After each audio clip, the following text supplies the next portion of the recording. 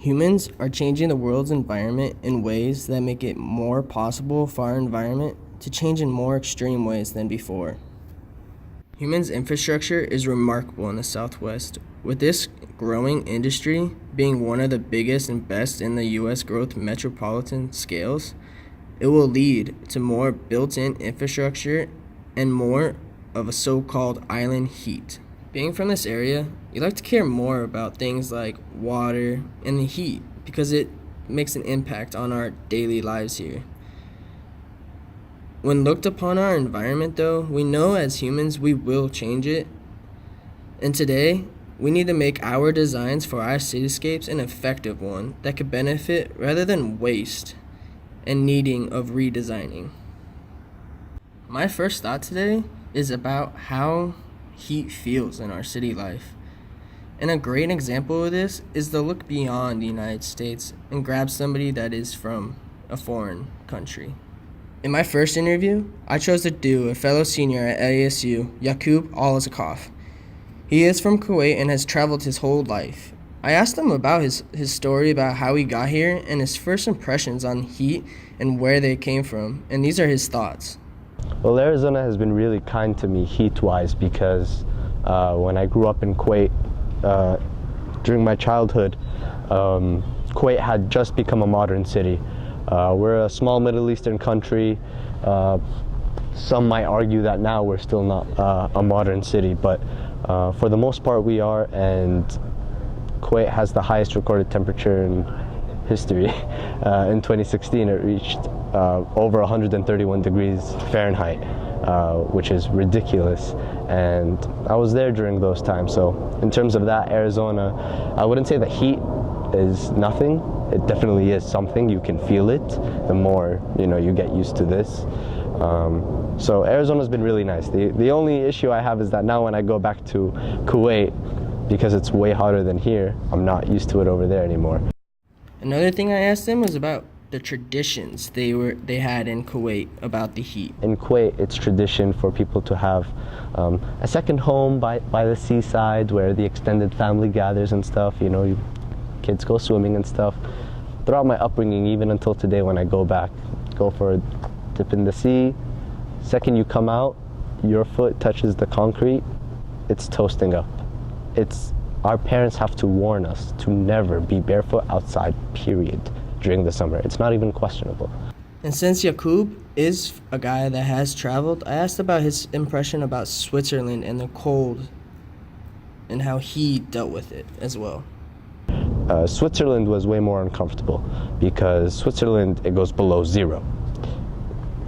Things freeze, it snows.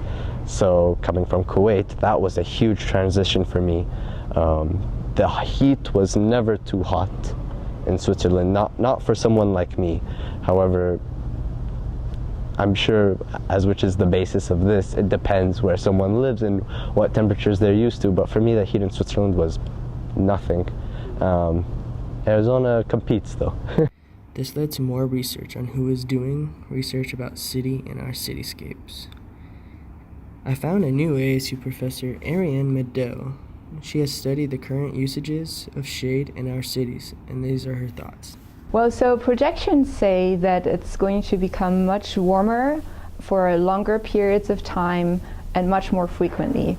And heat is an issue that affects all of us, especially in the summer when we're outdoors, and especially in a climate like Phoenix where it's super hot in the summer and very dry, so we have temperatures of up to 120 degrees sometimes. So it's really, heat is something that affects every one of us every day in the summer, so that's why it's such an important issue. Today, how can materials change our cityscapes, and in what ways can they do this? So the way we design cities impacts heat. So cities, the materials that we bring into the cities as we build them, such as buildings, roads, parking lots, all those materials are not natural. So they change the way the heat is distributed in the city. So if you bring in materials such as asphalt and concrete, those have a very high thermal admittance. That means they're really good at storing the heat. So as the sun hits those surfaces during the day, they store the heat, and then at night they slowly release the heat, which then causes a phenomenon that's called the urban heat island. So if you have surfaces such as roads, asphalt, concrete, anything that's a hard surface, a hardscape, that causes the urban heat island. Whereas if you have surfaces such as grass or trees, they evapotranspirate. That means they're essentially breathing, they're cooling the environment, and those surfaces would not cause an urban heat island. With trees being the natural effect about how to change heat, is there any other things like grass or water that has a huge impact on the current environment around itself? So we recently conducted a study at the Tempe Town Lake to see if the lake itself and the water that's in the lake has a cooling effect on people who are next to the lake. And we found that the cooling effect is very insignificant. So it is a tad cooler and there's a little bit higher humidity next to the lake, but the lake is essentially evaporating, so it's not actively transpirating like trees would or grass would. And it's also dependent on the wind direction, so if the wind comes from the east or the west and you're south of the lake, you will not feel any of the influence of the lake as a pedestrian. So the lake itself had a really minor influence on people's comfort. What are the current trends with materials and heat needed, and what are the cities currently doing to do better? Yeah, so there are definitely positive trends happening here in the valley. So the cities are all working on tree and shade master plans to get tree programs going, increase the amount of trees that are planted in the city, which creates shade, which is important here. So there's definitely a lot of effort by the cities to tackle this problem of the urban heat island and to do something. So with heat in our cities increasing, we are bound to look for something new and something creative. I believe that in one of the hottest places in the United States, we are a place that innovates in this topic of heat, and we are the future and could be the future in research and studies about how heat and how we can control it.